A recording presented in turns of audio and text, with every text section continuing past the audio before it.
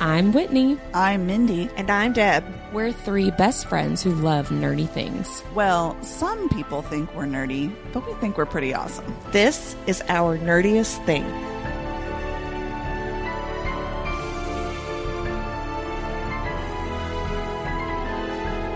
This season, we are discussing Jennifer L. Armentrout's From Blood and Ash, all of the books in that series, plus the Flesh and Fire series as well.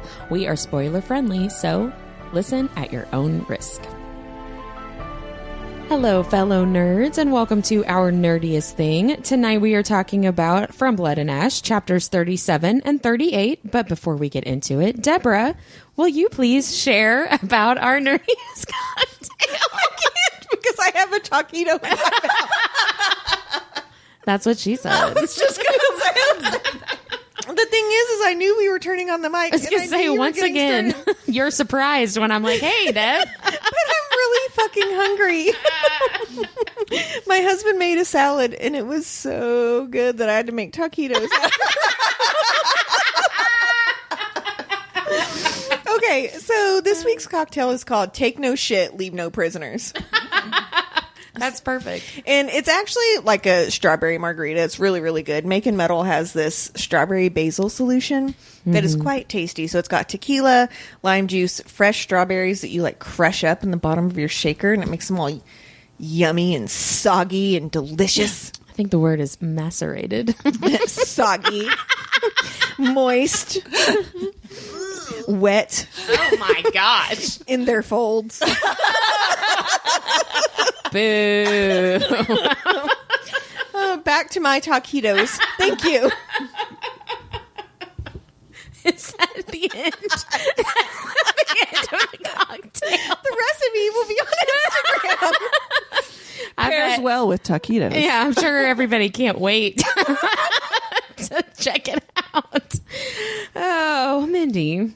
Yes. And did you spin the wheel o' names? I did. Who is it going to be for the recap today? It's Deb. It's Deb. I never got to get taquito in my mouth. I was so scared it was going to be me, but now I'm happy. All that worry and stress for nothing. All right, I've got the timer I'm ready. taquito free. And away we go. So Poppy's in a cell, and Delano and Neil are like, "Hey, we want to like take you to a more comfortable accommodation." And Jericho and all these, you know, what I'm picturing as middle-aged white dudes are like, "No, we're gonna fucking kill you." And she actually like throws down with these guys, right, and holds around. So they try to kill her. They almost do. Hawke comes. He feeds her some blood because she's about to die, and then she's like, "I'm aching," and he turns her down, and then she starts to realize everything that he said was true. And the end of the chapter. Very excellent. I think I did a damn good job. Nice work. You did too. Nice It work. was the Golf taquito claps. fuel. Yeah, It was. It was the taquitos. Gave you that brain power that you needed. Protein and carbs. Anyway. Mindy, will you please redeem us all with your our nerdiest vocabulary? No, that was a good recap. You know better than me redeeming anybody with my with my Our Nerdiest Do we have more vocabulary. weird Urban Dictionary? Yes, we do. So I actually wanted to do Castile because this is the big reveal of his name, but literally there were 3 Urban Dictionary. 2 of them are from us. Hot piece of ice. And 2 of them one of them was about him, like just basically saying what he was, and then the other 2 were like something totally different, not related and not good. So I did not do that. But there is one character that we haven't done yet, Niall. Because he's kind of a big deal in this one. And for the record, in the audiobooks, it's Nail, but we know that doesn't mean I was shit. going to say, we reject that. I don't. I can't call a person I can't call a Nail. person Nail. I can't call him Niall either. Well, Nail sounds like his name is Neil, but you have a big accent. Nail. Nail. And my friend Nail. I didn't grow up in deep Kentucky, Whitney. Well, I did, and that's what it sounds like. Well, and I don't name my kids after things in a toolbox. We're not going to say that no one's kids are tools, though. Oh, man. Anyway. Tell me more, Mindy. So Niall comes from... Nail. I'll be honest, too. It's not when I looked it up, Niall is spelled Niall, which, Yes. by the way, she does in this book. She spells it both ways. Oh, really? Oh, Yeah. I didn't notice that. Yeah. Oh, for So sure. in this chapter. So anyway, that's a little Easter egg. But Niall is the anglicized version of Neil, actually. Well, I was right. So Neil. yes. See? There is some kind of dispute as to whether it means a champion or cloud. Man. I don't know. But one website did say it meant passionate and vehement. And I can see Okay. that. Yeah. I can see that because he's passionate about the cause. And, Yeah. you know. So Niall. Nail. Of course, I go to the Urban Dictionary, and there wasn't a ton for that either, but I did find some gems. So one of them said that when you are in a Nile state, it is when you've just been boned so hard you must use a wheelchair to move around. Wow. Gotta love that Atlantean dick. I gotta wonder though if Jennifer Armentrout was like, let's name it that because that'd be funny. With that definition in Yes. mind. This one I thought was hilarious. A boy with absolutely humongous eyebrows! Exclamation point. Like caterpillars! Exclamation Like point. Eugene Levy. Ew. Exactly. Oh my gosh, now I'm only going to picture him like that. Number 3, a friend who will stab you in the back in a relationship because they want to go out with your boy or girlfriend. Oh, my. Which kind of fits because Cass gets so jealous whenever anybody even looks at But Cass Poppy. gets jealous of Emil.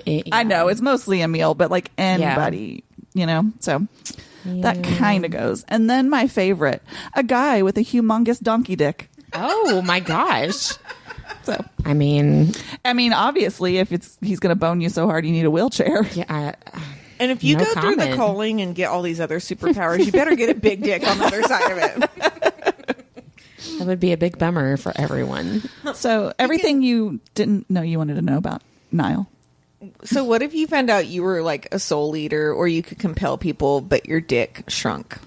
You think most men When would you not want used your power? to... No, like overall through the calling. You went from like a 9-incher to like a 4.5.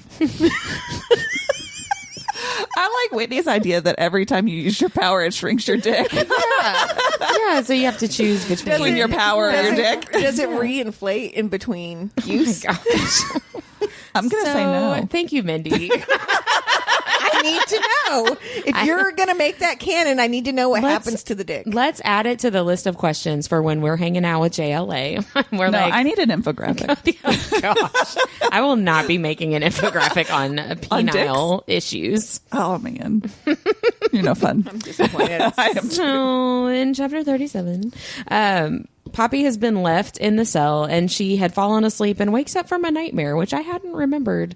That just kind of made me really sad. She's back to, she hasn't had a nightmare in a know. while. And now she's back to having the nightmares and wakes up in a cell. And, you know, like when something horrible happens and you fall asleep while you're sleeping, obviously you're not remembering. And you have that like 1 second while you're waking up in the morning where like you don't remember that the horrible thing happened and then it all comes back to Right. you. And just having to have that moment after having a nightmare, like it just made me feel sad for her. And I thought too, so Delano was like guarding the door, listening to her scream from a nightmare, right? Oh, I didn't even think about that they obviously heard her if she was screaming. Like somebody should Heard that. be outside the door. They might have just thought she was pissed off. True. Yeah, I mean, that's true. But I wonder if it was Delano. I feel like it probably is because, He's usually the one. yeah, I don't know. That just made me feel sad for her because I know that that's a big deal for Poppy to, she doesn't want people to know that she deals with those nightmares, right? Right. Well, one thing I would wonder too is Jericho steps out of the shadows in a little bit. So had Delano went to get Nail and came back, and so like maybe he I wasn't could there not while she with was Nail. screaming. I'm sorry. It's come to laugh every time. That blame it on the It's canon. Name it Toast Mike Toast. Blame it on the audible narrator. Yeah. No, I don't know. We'll have to think through that in a second when Jericho shows up. So Poppy is thinking through basically everything that Hawke told her, and I just thought it was interesting. I made a couple of lists. So there were some things that she was very willing to accept with what he told her. There were some things that she was still thinking about, and then there were other things that she was like, absolutely not. There's no way that that's true, right? So she's willing to accept that the Ascended are actually vampire. She's willing to accept that Lord Mazine killed Melissa. And she's willing to accept that Hawke was held captive and tortured or branded, because we talked last time about how like he has that actual proof, right? She's questioning basically everything she's ever been taught about the Craven, the Dark One being able to control them and how they're made and all that. But she is not willing to accept basically anything else that he told her. She's not willing to accept that they feed on children / mortals. She's not willing to accept that being given to the gods really is being killed by the Ascended. She's not willing to accept that this wasting disease people pass away from is actually being killed by the Ascended. And she's not willing to accept that the Ascended create the Craven as opposed to Atlanteans. And I want to point out that she thinks that if this is true, that the Ascended know this whenever they ascend, and they choose to do it. She can't get past the idea that her brother would choose to do that. But we know that they're drugged, right? Is that correct, Whit? Yeah. Is that what it is? They're drugged? Because I was questioning that too, like, because she realizes not a single person had refused the ascension, so they would have to be, right? They would have to be. Yeah. I think it's in book 2 when she's trying to wrestle through like, okay, but my brother is ascended and I know that he's not a horrible person. She asks Castiel, I think pretty directly, and he says that based on what he has witnessed, a lot of people were very drugged out of it, did not know what was going on. And I think he says, I don't even know that some of them realized they were awake. Like they thought that it was a dream. My question would be in terms of like control. Why would they continue to ascend people if they're trying to control this lie that they've created? Like, why would you bring more people into the lie? Yeah, because the more people that are in there, the harder it would be to keep the secret. And that's my other question. Like, even if they're drugged when they're basically forced to do this, like when they wake up and they're like, oh, by the way, you have to drink blood now. Here's bloodlust, so it doesn't matter. I think they're so out of control. But at some point they have thoughts of their own. Yes, and Hawke tells us, I think again in book 2, that some ascended when they realize like what has happened and what their life is going to have to look like, they go out in the sun and they basically kill themselves. Yeah. Okay. Well, and I could see Poppy thinking that people that don't do that are weak. I'm surprised she doesn't see that as a weakness in her brother. That he can. That's interesting. Because I mean, he has to eat, right? So he's eating someone. I think she just like doesn't think about that, like she just tries not to she thinks about when she actually gets to talk to him again, she thinks about the fact that he still seems like he's himself and what has he had to do to survive among the other ascended and still like not turn into a horrible creature or whatever, and, but she ignores everything else. But going back to your question about why do they even continue to make ascended, I think it goes back to upholding the House of Cards that keep themselves fed. Because, we've talked a lot about how they make all of these lies to set up this religion to make sure that they keep getting fed, right? To keep themselves But if alive. they make more ascended, they're eating everyone else's food. But if they don't make more ascended, if they don't have the blessing of the gods being given to somebody, then there's no real incentive. You know what I mean? Like, it's give us all your kids never see them again, but nobody else gets anything good. I see. That's a good point. You know what I'm saying? Yeah. So I think it's that, like, providing an incentive, like, well, yeah, we're doing this, but look, we're also blessing all these people. Right. You're going to become this, like, immortal being that's amazing. Well, because they're supposed to be communing with the gods too, right? And so if nobody ever makes any more ascended, then the question starts to become, what are the gods doing? Why aren't the gods doing this for us, and then that's too many questions. Right. One is too many questions. But yeah, so she's accepting some of it, questioning a little bit, and not willing to accept more than she is willing to accept. So then Delano and Niall I'm going to say it like that the whole time. Fuck you. Yeah.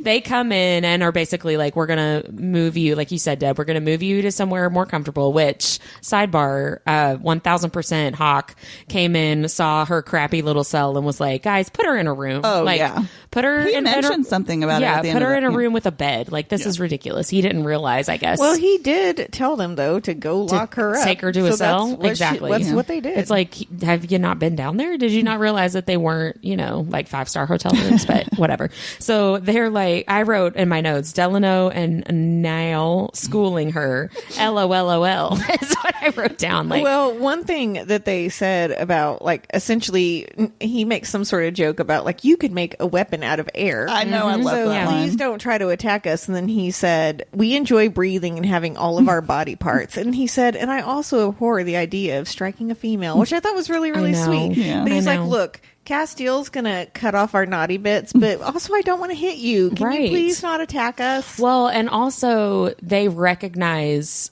her abilities, And right? she realizes that they Exactly. recognize, and that 'Cause was important. There are a lot of times where she realizes that people are underestimating what she can do, Yeah. and it's like offensive to her, right? Right. That they don't see her as a threat. And in this situation, they're very much like, look, we were all there in the barn. Yeah. Like, we saw what you're capable of. We just want to move you to a room with a bed. Like, just leave us alone and let us do this, please.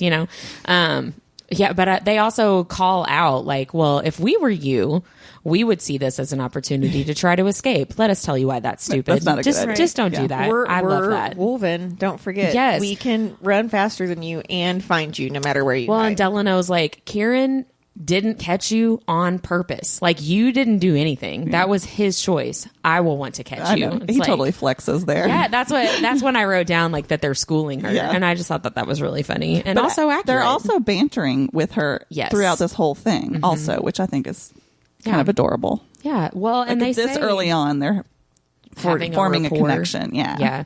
They say very specifically, I can't remember which one it is that says this, but they say he'd have us pinned to the walls in the hall. Like, if we have to hurt you, like, please don't come Which after he us. does Foreshadowing. do. Right. So I'm like, well, I guess he very specifically threatened all of them with that punishment because Yeah. they say it here and then he does it to this group of guys later. Yeah. So he must have gone in and been like, here's what's going to happen if anybody messes with her, which I just thought was, I don't think I've ever noticed that and put that together before. He's like, I really like to crucify people. Please don't make me do it to you. Yeah. And then the next note I wrote down says, boo, Jericho. I wrote fucker. I wrote fucking Jericho being a douche again. Yeah. So I feel like Jericho must have followed them down there. Going back to your question a minute ago, because Delano and Niall walk in. I can't say it without Just say it thinking. however you want, babe. Yeah. That's how I want to say it. Niall. They Sounds like we're from New Orleans. Yeah. Down with Nile. they both walk in to move her, and I feel like Jericho just like followed them. You know what I mean? Like, Yeah, he knew that Delano had been put in charge of Well, her they or something. hear him, though, because they both stop. And Yeah. they're like, Or they oh, smell fucking him. shit. Yeah, I wondered if they smelled him too. But yeah, so Jericho comes in and they're like, dude, they automatically know Yeah. what's about to go down, right? And so then he reveals that he has 6 men with him. But just like with her guards going with her through the blood forest and stuff, they tell us how many people there are. And then they're like, we only get a couple names. Yeah, like, you don't need to know who any of these I people are. kind of you know? giggled about that because it was like he rattled off the names of those who were hidden. That's all it said, yeah. JLA is like, dude, I don't fucking have time to name these people that are going to be in this for 2 minutes. seconds. Right, in 2 chapters they're all going to be dead, so who cares? Yeah, but so then Jericho is arguing with Delano and Niall about attacking her or not, right? And they are basically, Delano and Niall are basically like, you are an idiot. All of you are stupid. He will slaughter you all. Like, just turn around Like, and leave. what the heck are you thinking? All you got to do is just turn around and go, right? So whenever I was listening to this the first time and reading it the first time, I loved this scene because Poppy just like eggs these guys. She is still, yes, she is still belittling him. And I mean, but the point is like, what else is she going to do at this point? Is she going to like sit there and take it? Like, that's not really who she is, right? Well, and she doesn't trust any of even Delano and Niall, right? Like, I'm not just going to stand by and hope that these dudes don't just let me die. I'm going to do something. I mean, she was even, whenever Delano turns around to see who's coming, she's looking at his sword. Like, how quick can I grab this, right? And I don't blame her, because she thinks, she doesn't know what's real. She still thinks they're going to turn her back over to the Ascended, and she knows that escaping and dying in the woods is better than going back. And she still thinks that Atlanteans are the worst scum evil of the earth, right? Yeah. So I was super interested in this scene. You know, I think we've all joked that we've read these books several times. I think this is like read 6 for me, and I always get really excited at the scene because I love how cocky Poppy is. But I did want to think about what she could have done differently to diffuse this situation before it goes like completely bonkers, right? Because she is not helping anything right Basically now. The opposite of everything she did. Right. So there's actually something called the behavioral change stairway model that the FBI uses to get someone to change their point of view in hostage situations. And even though Poppy's not the one holding people hostage, I do feel like she's the person that's kind of controlling the narrative right now, and like how pissed off people are getting, right? Even though they are unjustly upset with her for a lot of things. So let's talk a little bit about how she totally does not de-escalate the situation. In fact, hilariously makes it a lot worse. So according to Time magazine, there are 5 ways to handle a hostage situation. The first one being be an active listener. So this means listening to someone's point of view and then making them aware that you are listening. Okay, so Poppy definitely lets Jericho know that she's listening to what he's saying by reiterating that he's told her he will, quote unquote, feast on her entrails and, quote unquote, bathe in her blood. She almost says it in like a blah blah manner. So the issue with not being an active listener in this instance is a lot of these behavioral psychologists say that active listening is the most important step in behavioral change. So the fact that she's like mocking him instead of like listening to why he's so upset and listening to why trying Mr. to Toole empathize. is, and so that is one of the steps. Whitney, we'll get there. Oh, sorry. So step 2 of diffusing a situation like this would be to show empathy. Ooh. Showing that you understand where someone is coming from and how they feel. So Jericho points out that Poppy is, quote unquote, so popular that everyone wants to see her. And her response to that is, I'm popular and I have 2 hands. That was my favorite line. That was my favorite one too. So when Nail points out that he understands that Jericho may want his pound of flesh and that Poppy has cut him, Poppy is quick to point out that she's actually cut him twice. So again, she's not empathizing at all with why he might be upset with her, right? And again, he doesn't have a good reason to be upset with her. He instigated all of this shit on his own. So step 3 to helping diffuse the situation is to build a rapport. So empathy might be what you feel, but a rapport is when that person is feeling it back towards you, right? Unfortunately, Poppy feels hate and distrust to all of these people, which means that she and Jericho have actually built a rapport, so he feels it too. Right. So there's nothing positive coming from either side, and they've already built this back and forth together. So they're just kind of adding fuel to each other's fire. Right. So step 4 is using your influence. In a typical hostage situation, one would use the trust built with empathy and rapport to influence other people's decision making.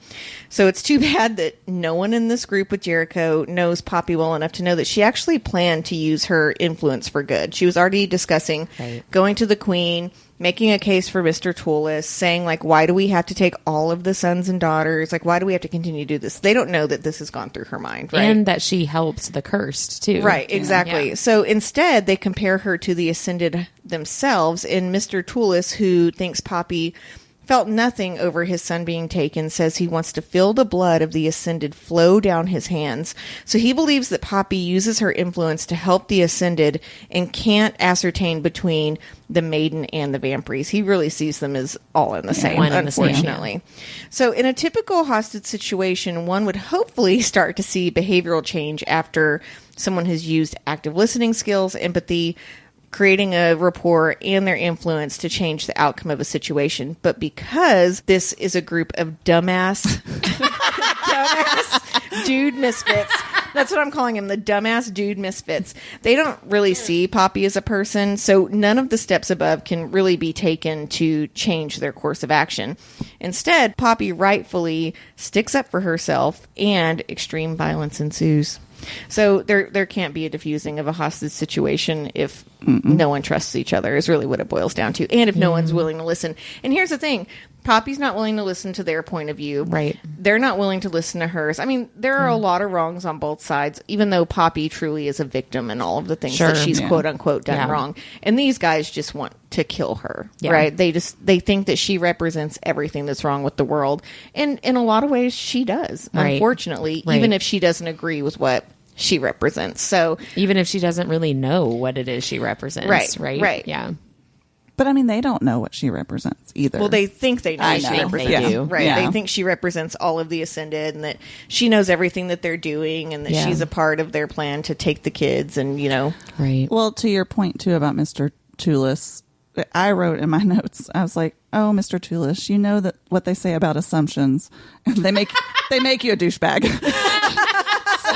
So, okay, hold on. Can we do dumbass douchebag dude misfits? Yes. All right. Yeah, I like it. The triple D's, the dumbass dude douchebags.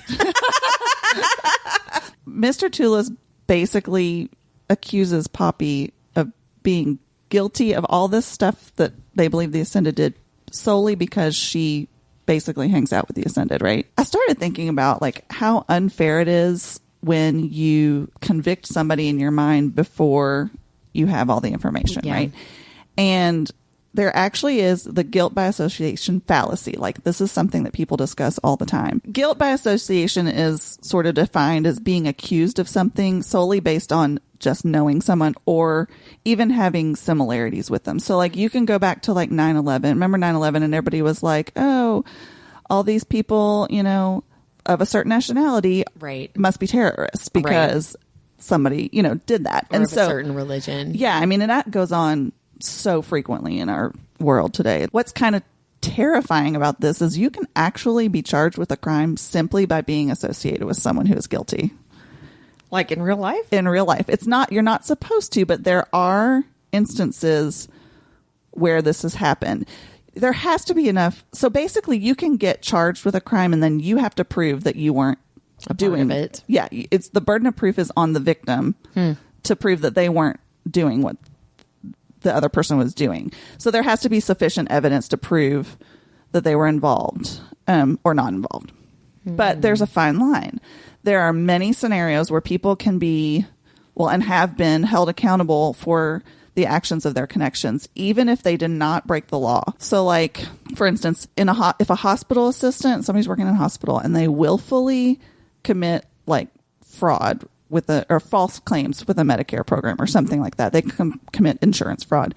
The hospital administrator actually faces legal trouble even if he's unaware of the assistant's crimes. That makes me think, this is from my trashy TV stuff that I like. It makes me think of Teresa Giudice from The Real Housewives of New Jersey. Her husband committed fraud, like tax fraud, and she allegedly didn't know anything about it, but she still went to jail for the same crime. Exactly. Like, it's that exact same thing. It ends up being somebody's word against somebody else's word. He said, she said. When I was basically looking into this, there's so many instances where it's like false witness testimony that does this. So, it's not fair, right? That doesn't really seem fair, but it is lawful that happens. Technically, just because you know someone or at the scene of crime is not considered sufficient evidence. So Mr. Toulis is using this fallacy to make his false accusation, right? And there are tons actually of these falsely accused and charged instances where people were with somebody and then they got convicted. Got charged too. Yeah. Well, a lot of them got convicted. So all the way back in 1872, a man named William Jackson Marion was convicted of killing John Cameron because they were both working together on the railroad and they were last seen together. 4 years after Marion was executed by hanging, right? So he was convicted of this crime and executed. John Cameron shows up alive and explains that he disappeared voluntarily to travel across the U.S. Holy fuck. Right? So, but now we're talking late 1800s here. So a lot of like things in the Right, legal system right. probably weren't as, Well, and there was no ironed out. accountability too. So Right. like they could just be like, yeah, you did it. Right. Exactly. Right. So then moving up to 1944, a man named George Stinney was convicted of first-degree murder of 2 young girls. He was black and they were white. So you know where I'm going with this. There was no physical evidence connecting him to the crime, and he was convicted solely on some circumstantial evidence that he and his sister had spoken to the victims shortly before their murder. Oh my god. And he was also sentenced That to death. reminds me of the Green Mile. Did you ever see that? Yes, that's a great. I was just thinking of A Time to Kill, but it's like the those opposite. Are, Yeah. yeah, but those are all really good examples of Yeah. like this guilt by association. Except for A Time to Kill, that guy was pretty fucking. Well, and nuts. even guilt by guilt. To Kill a Mockingbird, where he Yeah, that's based on true. her, Yeah. and he was there fixing something, and so because people saw him fixing something, Right, so it's yeah. that's very common, obviously, in times of segregation, and hopefully, I would like to say it doesn't happen anymore, but unfortunately, I think it does. Then in 1965, this one is probably something that people have heard of. Muhammad Aziz and Khalil Islam were convicted of the murder of Malcom X based on the prosecution's belief that they were the muscle of the Nation of Islam and that organization had a falling out with Malcolm X. So because this organization had a falling out with Malcolm X and these guys were considered, they're like heavies, they got charged and convicted Of murder? of murder, despite the guy that actually murdered him, Talmadge Hare, testifying that they did not do it. So one of his actual killers testified that they had nothing to do with this crime. Then one of them spent 20 years, and I think the other one spent 22 years in prison. Oh my They finally got gosh. paroled, and finally, after they spent all this time in prison, they did get exonerated of the crime. Wow. Oh, well, that was nice. At Thanks that for point- ruining their lives. I know, that's Right. what I'm saying. Like, they got paid like $36 million or something, but then it's like, Well, that's, that's- like, good for them It's for a that, win, right? That's a But question. that's Do you still- feel like 22 years behind bars is worth 36 million? Right. That's what I'm wondering. Right. Like, and once you get out, they can't get a regular job. They're Right. probably Well, if they're too old exonerated, anyways. they can because they wouldn't have anything. I on their guess, record. but I mean, Yeah. at that point, you're Right. kind of. That's they're probably in their horrible. 50s, and anyway, so that one was ridiculous. And then, in case that was 1965. In case you thought that that doesn't happen anymore, this was in 2003, so it's been a little while. But Maryland versus Pringle. Police officers seized a car that was found to have cocaine and money inside. Joseph Pringle was the front seat passenger, and he was charged, along with everybody else in the car, with possession and intent to distribute following his arrest. So even though he filed an appeal on the grounds of guilt by they were charging him based on guilt by association, he argued that finding cocaine in a car was not substantial evidence that the drugs belonged to him, which it's not, right? Yeah. The courts actually agreed at first and reversed the conviction, and then it made it all the way to the Supreme Court, and they agreed with the initial sentencing and charges. So the dude's sitting in the car. Yeah. Probably it's all in the glove compartment. He may have, I don't know, but he Right. may not have. I think part of the problem is that everyone would be like, I didn't know that was there. Exactly. Right. Like That's what where, sucks, right? That's For the people that fine are line. innocent. Yeah. It's like, where do who do you believe? It ends up being somebody's word against somebody else's I was gonna word. say, it's just as likely that you lie and say I didn't know, but also that you get in a I was car holding and it for someone. yeah, I don't open the glove compartment when I get in your Right. all's cars. You know what I mean? I mean, I'm Like, going to moving forward. I know, right? If one of you has a lot of energy, I'll be like, open the glove department. But like that's like yeah. that puts the burden on the victim to like. I mean, there was even one thing I read that basically was like, well, you just need to watch who you hang out with. Like, and I'm like, well, come on now. Okay, so I'm going to start using that as only wanting to hang out with you two and or like our 2 to 3 other friends. And being like, well, I don't want to be guilty by association. I don't want to. Yeah. I don't want to get convicted of a crime I just can't by trust- hanging out with you. Can't trust anybody these days. So That's yeah, rough. so that's how like unfair I feel like Mr. Toulis is being. Well, right? he even is, says she's the fucking maiden Delano. She was raised as an ascended by the damn queen herself, practically. The ascended took my son in the middle of the God's damn night. And the nail says, but she did not take your son.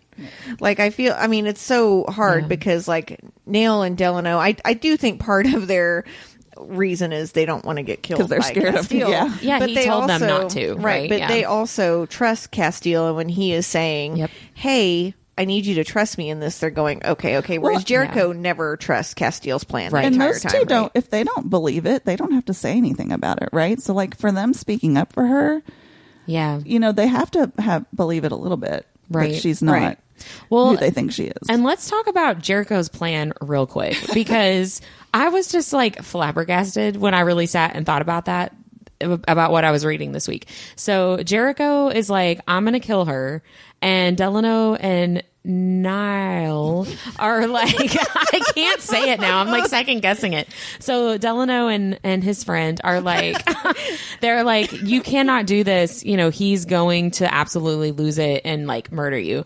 And Jericho's plan is that he's going to kill Poppy and then kill Delano and Niall? And be like, then Castiel will never know. And- right. What the fuck does he think Castiel's going to think did it? Right. So I'm like, I don't understand how you think that's okay. So Well, and I Poppy think turning up dead and these others, you guys turning up dead, like, Yeah. And you're a wolven, and I feel like it would be very clear that they were clawed. Yes, like this was a wolven attack. It narrows it down quite a bit, And And then he if already he's tried to kill her once. right. And if he's that dedicated to, the cause, what does he think they're going to do? This plan, like he's Right. fucked up the whole plan, right? Exactly. Well, they he think they're thinks- going to send her back in pieces. But Right, I know, right. but like Yeah. it's still not the plan. Well, I mean, I guess, but I don't think but again, they don't. Why would trust they give- Hawke's plan or Castiel's plan the entire time? guess they not. don't. Yeah, They I don't continue to. I don't. We haven't seen what's behind the scenes yet, but they Yeah. continue to kind of lose faith that he can move forward, or that Malek can really Malik can Malik, yeah. really rule, even Yeah. if they free him. Right. like, So they're he's- like, Because he why could the be fuck too are far we gone, doing all yeah. this? Let's Yeah. free him. It doesn't really matter because Castiel doesn't realize his brother's not going to be fit to rule anyway. So let's Right. just get this over with. like everyone is being delusional, so we need to take the Right. Yeah. It's Take the it's that reins. Alistair thinking in Exactly. book 2 of like, True. well, we know better than you do, and we know about this prophecy, and I see it coming, and like, actually, you don't know shit. Right. Well, and just then the quote that you were reading, she was raised as an ascended. Like she actually wasn't. Yeah. Like she didn't get a She lot of wasn't things. raised like anybody. She Right. was- You know? She had to sneak books. Yeah. She didn't Right. get fed most of the time. She was just sitting in a room, literally alone. like, Like, can you all the imagine time. just from sun up to sundown, like just fucking sitting there? It's no. Yeah. Some days, honestly, that doesn't sound horrible, but I don't. Yeah, I agree, she but I don't didn't think have- I would. she one- didn't have a book with. right. I know. That I is know. true. More than one day of that is like, no, thank you. One thing I wrote down, Jericho says about Hawke, he'll get over it if he kills Poppy. And I said, LOL, wrong in all No. capital letters. So basically they all fight each other, right? These men and Jericho, these men that are with Jericho are trying to get at Poppy and trying to attack Delano and Niall to get to Poppy. And Poppy, Delano, and Niall are fighting to Right. protect her, right? And I love Delano. He says, I will not allow you to harm her. I will Yeah. not let you hurt her. I And I'm love like, to. yes, This is where I Delano. fell in love with Delano when he know. handed her his sword. Yes. because he knew what she could do with it, and Exactly. she could protect herself. Exactly. Yeah. Just like they were saying, like, please don't hurt us. Yeah. Right? Like he Yeah. knows that it's a good thing to give her a weapon Right. so that she can protect She can help herself. them. Good that he Yeah. did that though, because he was about to Yep. die, Yeah. and Poppy Yep. just cuts I know. Rolf's head off. I Well, know. and you know what I R.I.P. loved about Rolf. that? She says that, yeah, R.I.P. She says that she just acted without even knowing why. It's like she just instinctually is protecting Delano. Yeah. Which I'm like, that's why I think that The he's- primal notum's already Yes, sort of. like But he's wouldn't- meant to be like her bonded wolven Yeah. or Oh, something. right. I know. You know what I mean? Yeah, there's a lot of theories, and I know that you really love that theory that he's Yeah. her bonded. That's Yeah. something that makes sense to me though. Of Like, course, I why agree. would she? why would that be an instinctual, Yeah. like primal thing? If it in were her? Hawke, I wouldn't question And then it he at all. continues you know? to protect her throughout Yeah. the series. Yeah. No, for sure. And so ultimately, Jericho and his men kind of overpower all of them and hurt her enough to knock her down, really. And Mr. Toulis is the one that gives the fatal, like, stabbing. Can we talk about before that though that Jericho is so disgusting that he says he's going to keep her hand as a souvenir and insinuates that he's going to use it to jack off? I Yeah. know. I never noticed that before. That is I didn't so either. disgusting. Well, and it says, too, after he says that they all start laughing they all and talking about other body yes, parts. Yes, Yeah. which is like super. The whole thing is super gross, but they're like extra disgusting Yeah. and despicable. Well, and I you know? want to like just go back to the setting of the cell too. I mean, she is in there with bones Yeah. already, Yeah. right? So she's in this danky cell in a basement with what I'm assuming are deity bones based off what we talked about last week. And then they are talking about cutting her up. They're going to murder her. They're talking about desecrating her body and using her hand to jack off. Yeah, like it's what disgusting. the fuck is wrong with these people? They're deranged. I mean, they're in a lot of instances as bad as the Ascended are in this point. Well, yeah. it's so deeply ingrained in them, the hatred toward the Ascended and the like they're like whipping themselves up into a frenzy with how much anger and how many years of anger, and it's all just being funneled to her in Right. like the worst parts of their character, Yeah. you know? And so she is basically bleeding to death and dying, and Delano howls really loud for help. And then Kieran shows up and is like, oh no. Oh, hell Like, no. this I is love really that bad. Kieran is the one that picks her up. I know. Made It's my really heart. sweet. Of course, he was the only one standing at that point. Yeah, that's true. I Don't ruin it. I do have a couple of teasers from the Soul of Ash and Blood Hawke POV that's coming out in July. I loved this one. The howling. The sharp, high-pitched yips and the keening, powerful howls of the wolven whipped the woods between Berkton Manor and New Haven into a frenzy. Perched high above us in the pines, birds took flight upon the sound, scattering into the air. Small creatures scurried under bushes and boulders. I'd heard the alarm call of the wolven 100 times in my life, but this raised every hair on my body because I knew. I didn't know how. It made no sense for me to know, but every fiber of my being knew something had happened to Poppy. I know. I'm like, oh. And then here's a couple where this could be whoever he's talking to when he leaves Poppy to go, you know, he says, I'm going to go talk to my father. These could be from that, but they could be something else. I just thought that they were kind of interesting. So here's the thing, though. This is Hawke talking. Here's the thing, though. I don't care about your loyalty to Alistair or my father. Here, I spread my arms wide. I am not my father's son. I'm not your prince. I'm just a man not to be fucked with. So I will only ask you this once. What do you plan to tell the king when you return to them? And I'm like, ooh. So that makes me think that that's who he's talking to when he Right. left, because he's supposed to go meet his dad. Right. But then we find out later his dad didn't actually go. You know what I mean? Yeah. But yeah, so Delano howls and Poppy basically passes out. And when she comes to in chapter 38, I wrote, and here comes Hawke, desperate to save her. And he cuts himself so that she could drink his blood to heal her, right? And Right. she is like, no, don't cut your wrist. And it's like, ma'am, you've been like gutted and you're dying, she right? thinks she's gonna become Well, a that's true vampire. too. Yeah. Well, at first, She'd rather die. But at first, she's sad because he's bleeding and hurting. Like it's like her first inclination is like, "Oh, don't hurt yourself." I know. And Kieran is there, and Kieran calls him Castile, which as a reader, you're like, what? But then What do you like? That sounded like one of our Chewbacca impressions from last week. I did not mean for it to be that dramatic. That was a lot of drama. Sorry. I'm envisioning you reading this book in bed the first time, and Robbie's asleep, and you go, "What?" The Mariah Carey of realizations.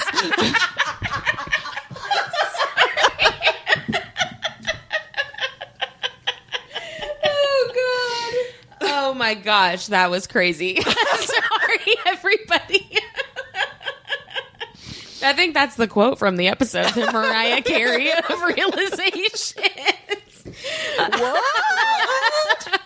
Anyway, so as a reader, you're surprised to read that Kieran calls him Castile, but Poppy is so out of it that she like doesn't realize what she's hearing. But I do love, though, you really start to see Castile's power in this scene because Kieran does try to stop him, and Castile says, "I know exactly what I'm doing, and I don't want your opinion or your advice." And he goes, "And I don't require them." Yeah. So he's essentially like, "Shut the fuck up," which really is what Castile would normally say. He'd be like, "Shut the fuck up." He's kind of sassy there, though. He is. Well, and I wrote down, Cass puts Kieran in his place so fast. Because, I mean, that's essentially like, what he doesn't does. even let him finish his sentence. He's like, Well, and then Kieran is just like, okay. all right. Like, he just Sorry, lets- bro. Yeah, he just lets it happen. Kieran's like, "What?" I'm gonna have the giggles now after that. Yeah, and so Hawke has to use that sounds like a superhero. Hawke. Sorry, I said I was gonna have the giggles, and I am. He has to use compulsion on Poppy to get her to drink his blood because she thinks she's going to become a craven. And he's like, no, you're just going to get healed. So, like, do it. And I think that this is the one and only time that he ever uses compulsion on her. I'm pretty sure. But what sucks, though, is he tells her before that, basically, like, please make this choice so I don't have to make it for you. But, I mean, he's going to make it anyway. Right. Like, he's trying to give her the opportunity to make a choice because he knows that she Right. doesn't ever have a choice. He doesn't want to make But her he doesn't give her a, helpless. he doesn't really Well, give her she the says, choice. "I'd rather die than turn into a monster." Like, that's the part that she still is not believing. She's hung Right. up on that. Yeah. Well, and he wants it to be her choice, but she doesn't believe the truth that he told her. And so her choice is not an informed one, right? Because he's not going against her wishes, really, because she is not correct with what she thinks will happen. You know what I mean? Like, it's a weird, like, Yeah. he's making her helpless. He's taking her choice away, but also kind of not, because she doesn't. she would be making Yeah. an incorrect choice based on a misunderstanding, Right. Or a not misinterpretation, but just like a false belief, right? Or lack of information. Yeah, lack like- of believing in the information that she's been given. Right. Yeah. The truth. I wrote down too, like, the fact that he uses compulsion on her to force her basically to drink his blood ends up being proof that what he told her was actually true. Right. it About, at also- least about the craven. It also is a little bit of foreshadowing for her being a primal, because she talks about the taste of his blood being pure sin, decadent, and lush. And she said, "I fed as if I were starving, that this sustenance was what I'd been missing my entire life." And what's funny is it is. Yeah, that's true. Oh, I never caught that. Yeah, that's true. I didn't think about that. That's a good. I'm so smart. You did it. You are. I did it. Yay. He says to Poppy, like, only you would argue with me about this. Like, I'm literally saving your life right now, and you're arguing with me about it. Well, she has a lot of reason not to trust him. 100%. Yeah. Okay. So I do have a question about this. So she was talking about, she says, like, are you ascending me? And he's like, no, it would, that's a different thing. And he says it would require me to be more of an active participant. And I was thinking about that, and I was like, what is he talking about? He has to drain her of all of her blood. But he says that, and then he says, and it would require, he says, I have to take more of your blood, and I would have to. That's what I was confused the about. way that it seems like he's insinuating that he would have to, well, I guess he would also have to take her blood, right? Well, see, the way that she takes it makes it seem like, How does she take it? She thinks that he's being like sexual. That's and gross, right? But later on in book 3, when he actually ascends her, he's not having sex with her while he does it, right? Right. And so I'm like, what is he talking about? And the only thing that I can think of is like, is he talking about that he has to love her in order to Maybe ascend he's her? just being really fucking cocky, like Yeah, he has maybe. been the entire time. Like, Maybe I he's would have just, to be a like, way more active participant, in being this. gross or something, right? Yeah. Because Or maybe- he's been trying maybe. to throw her off her game. Yeah, I was gonna Yeah. say maybe he was insinuating that, like, to get her to, because To lighten the mood or whatever. Yeah, to lighten the mood. Because last episode we talked a little bit about. I think you were the one that brought it up, Whitney. That he's desperate for that, like, to have that connection back. Later on in this chapter, even, and we'll get to this. I know he's talking about, like, he stops it because she's wanting him because of the blood in her, right. and he stops it. So why would he say that and then why would he be like, oh yeah, I need to get on you, and then he's like, no, I don't want to get on you. I like what you said, Whitney, about him needing to for them to be heartmates, essentially. Yeah. I do wonder if maybe that's what he's talking, because I was just confused, because I'm like, well, to me though, it sounds like he's pulling that same Hawke swagger though, to like lighten the mood, try to be because charming. He knows, because he says it later on, Mindy, like, yeah, I could do all the things you want me to do right now, but you're going to hate me more than you already do. Well, and the quote, he says, I'm not a good man, but I'm trying to be right now. Right.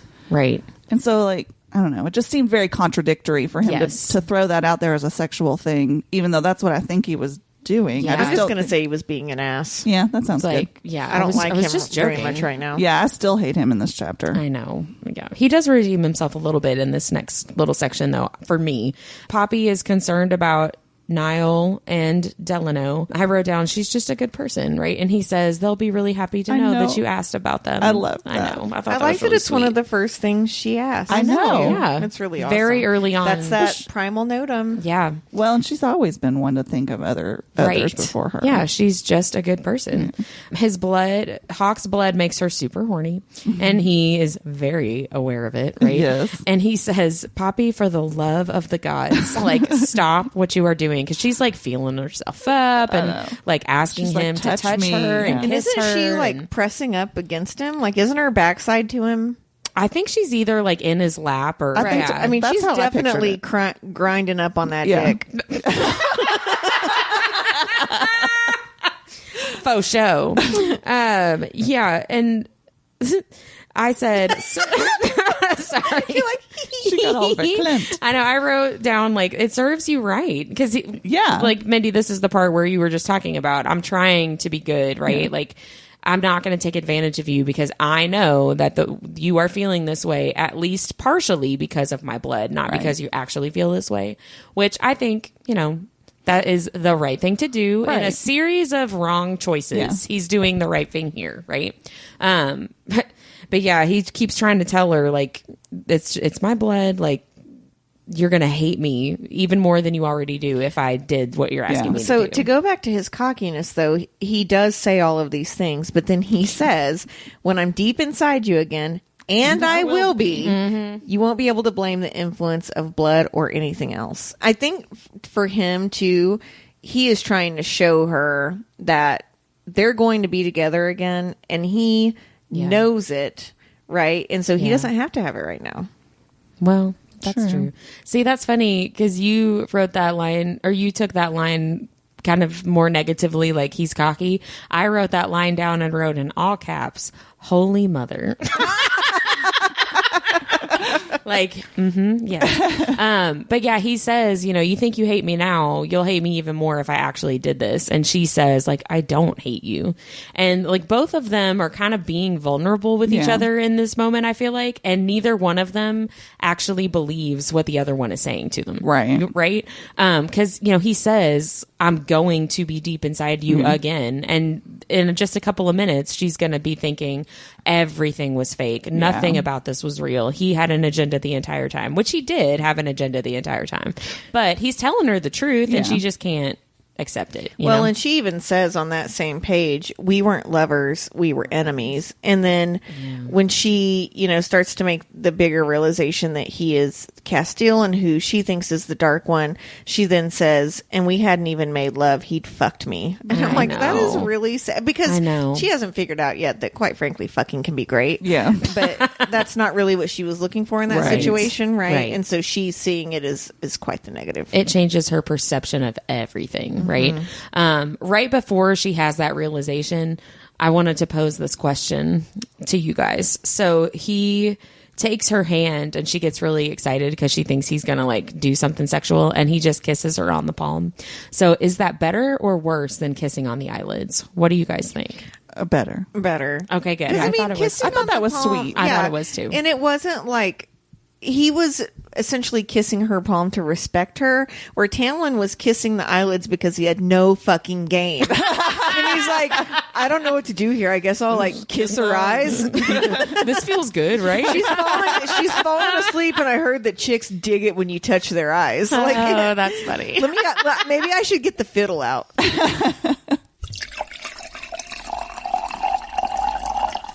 Craft cocktails don't have to be fussy or ingredient heavy. Make and Muddle is here so that you can have a delicious 3-ingredient cocktail every time. Spend more time reading and less time mixing. Make and Muddle. Cocktail evangelist here to spread the good news about booze. Before we move on real quick, I want to go back to when she was drinking his blood, because I had a question. When she's drinking it and she starts to see like his memories, right? And he breaks it off. Is there a teaser about what that memory actually is? I think it's the cave that like the hot springs or whatever that he takes her to. I figured that's what it was, but then like what memory? What was it? Just him alone? I don't think we know that, because why would he break it off so quickly? She asks him about it later. She asks him about it later, and he says like, "Yeah, that was a memory." But I think that he cuts it off just because like they don't have that kind of relationship yet for him to trust, I guess, or for him to share those memories. Kinds of things. Because I think that that place at this point is still very connected to Shay. True. And he like doesn't talk about her at all. So it says soft laughter drew my gaze from the pool of water to the dark haired.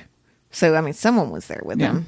It could have been Kieran. Well, he's got it dark could have hair. been him. Yeah. Yeah, that's true. But I mean, if she's looking at his memories, he wouldn't see himself. Oh yeah, that's true.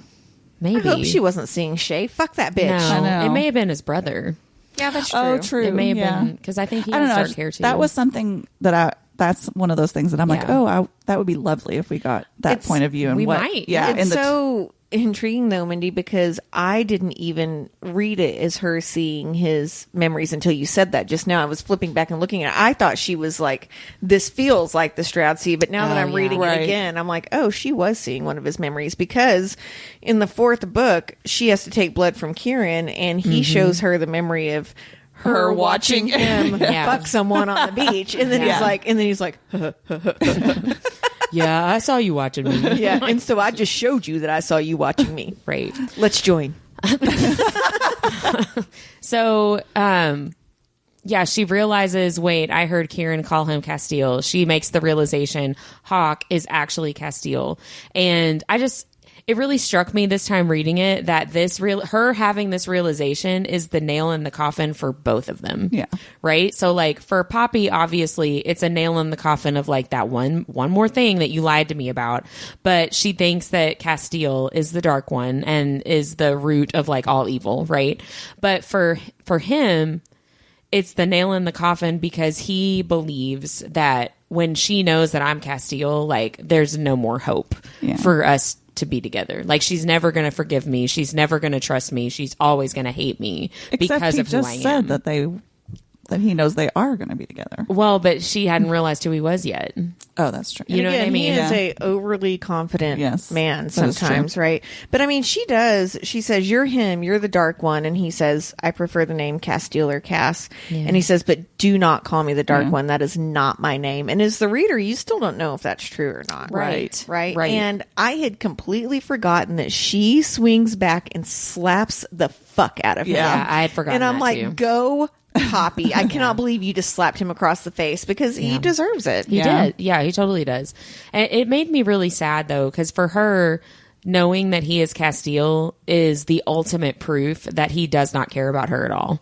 And that is just such a bummer. Like I totally understand why she thinks that, but I also really hate the like miscommunication, lack of communication trope of like, if you guys would just sit down and talk, and actually have a conversation and but be how honest. Could they? Right? No, I know. At this point, then neither of them. I mean, so much of trust him, and so much of book 2 is like, well, we're just going to not talk about this, and like just talk to each other. It makes me crazy, and I say it just like that too. Well, and one thing that broke my heart here after she hits him is that she feels so much anguish. She thinks part of it is from him, and she realizes it's all her. I know. Yeah. And she says he's worse than Jericho. I know. And I'm like, Jericho's really bad. But to her point, Jericho never lied. He always was a douchebag. Like he didn't pretend to be. Yeah, he didn't pretend to be anything else. Yeah, it was really rough. The other thing that really broke my heart too, or just made me mad, I guess, at Castile, because he swears again that no more harm is going to come to her. But that's right after he admits he's still going to use her to barter with Malik. Malik. Yeah. I'm going to always call him Malik. God, sorry. Why though do those names have to be I don't know. so close to each other? Well, neither of them are Malik, but that's what I think that one is. It's Nail. It's not Malik. It's Nail. So do you think he's shifted his plan at this point? No. Because if he's promising her no more harm, but he's going to give her back to them, she's going to I think that he is in the process of shifting his plan. Okay. I think that the shifting is only happening inside his own head. In his pants. That is a really good Castile joke. That's something that he, I think, says in one of the books. I know, we have so much in common. There's something changing in my pants right now. He and I should do it. I think that he might be talking about it with Kieran, but I think it's probably just happening in his own head, and outwardly he's keeping it. I think he's trying to figure out how he can still... still maybe trade her back, but then get her back again. Maybe. I think he's really trying to figure out, how can he still make all of this work without putting her back into danger? Well, I think he's talking about it with Kieran, because we'll talk next week about ultimately what his plan morphs into, right? Next week's the last week. I know. He's having some kind of conversations with himself or with Kieran about it. But no, I think he's definitely trying to change the plan, but he's just in the process and doesn't know how it's going to go. I'm just don't promise that if you can't. Well, and it's also... he's only talking about physical harm, and it's you are destroying her, right? True. Emotionally. Yeah, that is true. So maybe don't do that. Yeah. But yeah. So then she says that he's worse than Jericho, which I said, ouch. And then she stabs him in the chest, and I said, what a power move. She thinks that stabbing him with the bloodstone dagger in the heart is going to kill him. And she wants to get away. Mm-hmm. And so she does. And that is how chapter 38 ends, on a cliffhanger. But now, guys, my favorite part, I have my deep dive still to do. I have more notes about my deep dive than I did about the chapters. Oh, wow. I'm really excited about it. Can't wait. So I actually was just looking at the time and I was like, damn, we got done early. No, we didn't. Nope. I'm going to talk for 45 minutes. No, I'm just kidding. So I was thinking about this whole Castile pretending to be Hawke, right? False identity, taking on a false identity. So I was looking for famous cases of false identity. So his name is Ferdinand Demara. Ferdinand was born in Massachusetts in 1921. He was born to a very wealthy family, but they lost basically all of their money in the Great Depression. And so they had to move from the really wealthy part of town to the very poor part of town. After that move and loss of wealth, he ran away. So ran away from home, joined a monastery, got sent away, ran away. Now he's in the army. He served in World War II. Okay. And in 1942, he started impersonating other people. He went AWOL from the army and started using the name of one of his army buddies. And guys, you'll never guess where he went. Bardstown, Kentucky. I was going to say where you grew up. Bardstown, Kentucky. Bardstown, Kentucky. There's a monastery it's still there in Bardstown. It's kind of on the way to where my elementary school was. It's the Abbey of Our Lady of Gethsemane. So he joined that order for a really short period of time. He was using a fake name. He ended up leaving super quickly because there was somebody else in that abbey who he had known when he was in the Trappist monk group a few years prior. You say Trappist, it's just a type of order. So he pieced out, left Bardstown, went to Iowa for a little while, then back home to Massachusetts. After that, he joined the Navy to be a hospital corpsman, but he didn't get the job that he wanted. So he faked suicide. And took on the name Robert Linton French and became a religion-oriented psychologist that he did not have the training or education for. He went to a Benedictine monastery, which is a different order of monks, in Arkansas. He's a monk whore. Dude. Hey, I finished high school in Arkansas. He got accused by the people at this monastery of forging his documents. And he was like, And so he ran away again and went to Chicago. Then he went to Milwaukee. Then he went to New Jersey after yet another argument with a superior over his crappy cooking. So they were like, you suck at this. And he was like, I hate you. And then ran away. So then he ended up in New Jersey. So he's still being Robert Linton French, which is not his name. He gets a job as Dr. French at Gannon College in Pennsylvania and became the dean of the School of Philosophy.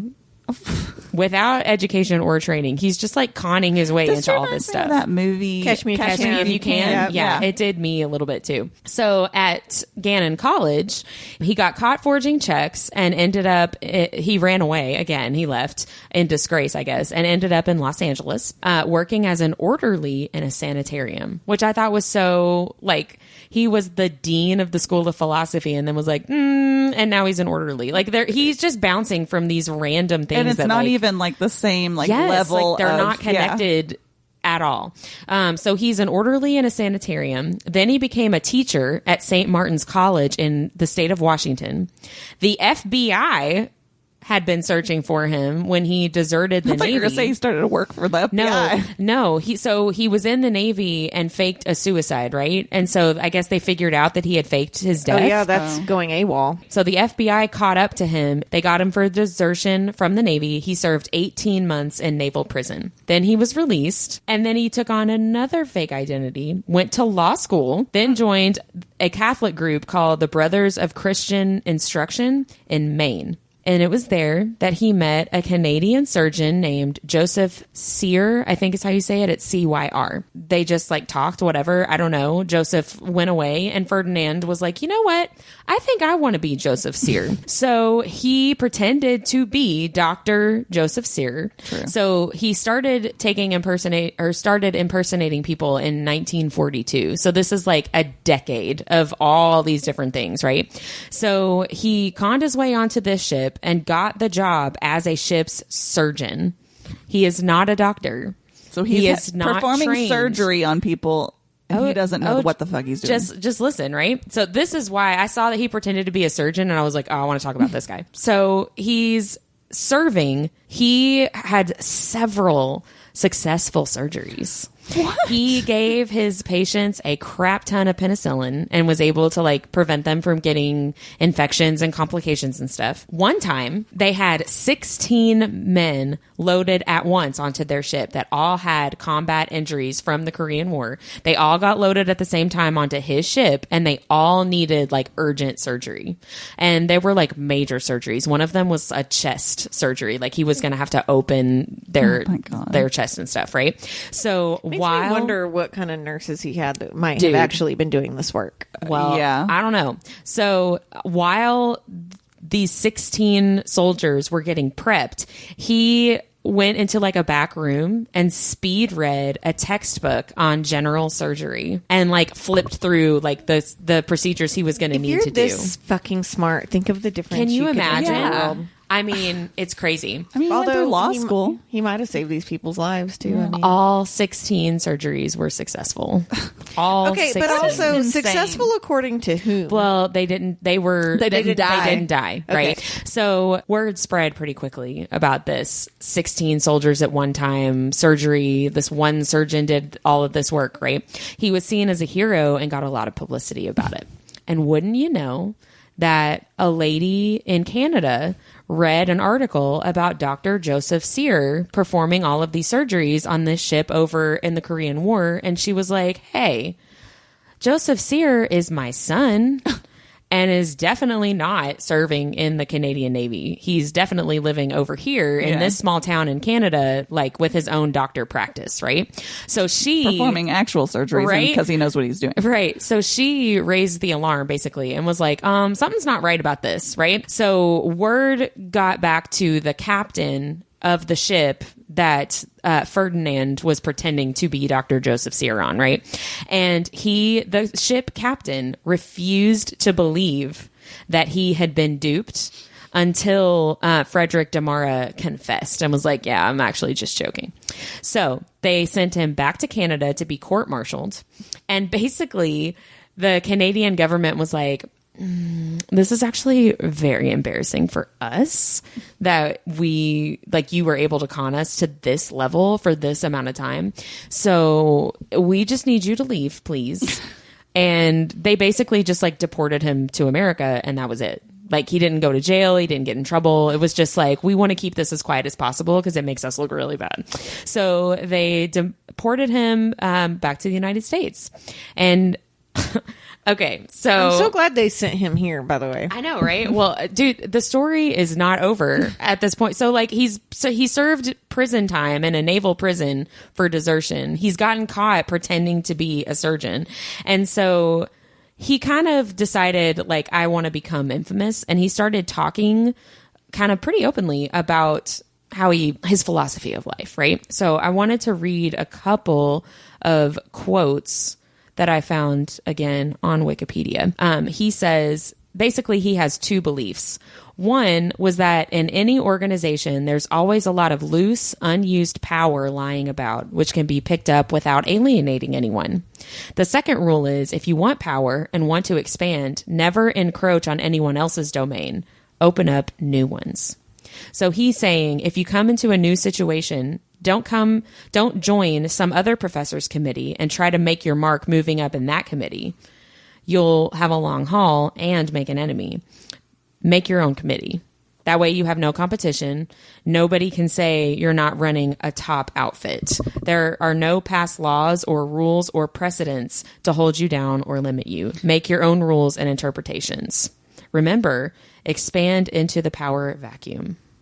I mean, I guess that makes sense why he wouldn't go to a hospital and try to be a surgeon, because there's all these other surgeons there. Right. Right. So he's going Right. where people are so desperate for that type of work that they're not going to ask a bunch of questions. Where he sees And he's the a only hole. one. And he's probably extremely charismatic. Yes, Right. very much so. Yeah. So in 1957, so like 4 or 5 years later, he founded a college. Again, no training, no education for this. He's just like, Where's he getting all this money?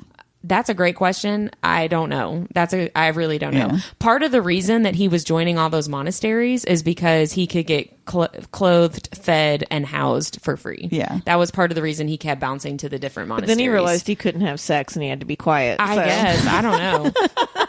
So he founded this college and got it chartered by the state, which is a whole like process. So like he again conned his way into getting a charter to make and it he's like going a legal by his school. actual name? I think I'm this not point? sure. That's a good question. I don't know if it was his actual name or not.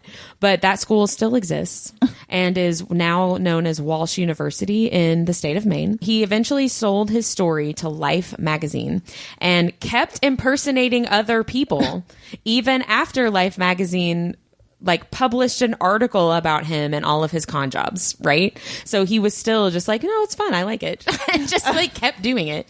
At one point he was working in a prison and got found out when an inmate found the article in an old copy of Life my magazine God. and was like, that's you.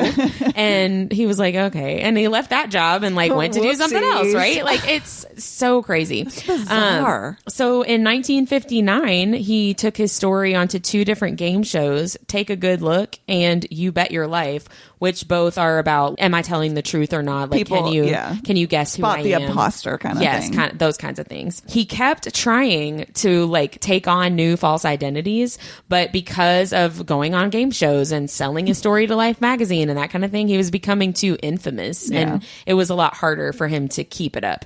Also, his physical appearance made it too difficult to blend in. Apparently, he was a very large man and was very large as the surgeon and just like continued to get bigger. So he like, there was no way to blend in because you're like in a magazine and on game shows. This is my favorite part of the story. In the 1960s, he became a pastor in Oregon and actually was kind of successful until people in his church were like, we found out you're like super con man. And he insisted that he did go to seminary. Like he did actually get training to be a pastor. And he insisted that that was like a for real thing. And everyone's like, yeah, we don't believe anything that you say. which tough but fair. Right. He was forced to resign when the people in his congregation realized who he was. He had a movie made about his life called The Great Imposter, starring Tony Curtis. He was really good friends somehow with actor Steve McQueen, and actually gave Steve McQueen his last rites when he died in 1980. Oh, wow. Isn't that like crazy? It didn't say how they knew each other or how that happened. He was allowed to be a chaplain despite his sordid past at a hospital in Anaheim, California.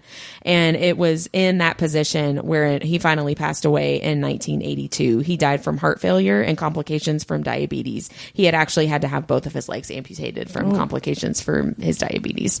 But he was working on the straight and narrow, it seems, at the end of his life.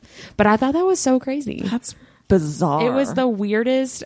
Like, guys, when I read that he went to Bardstown, Kentucky, I screamed. I was like, what? But anyway, so that's Ferdinand Demara.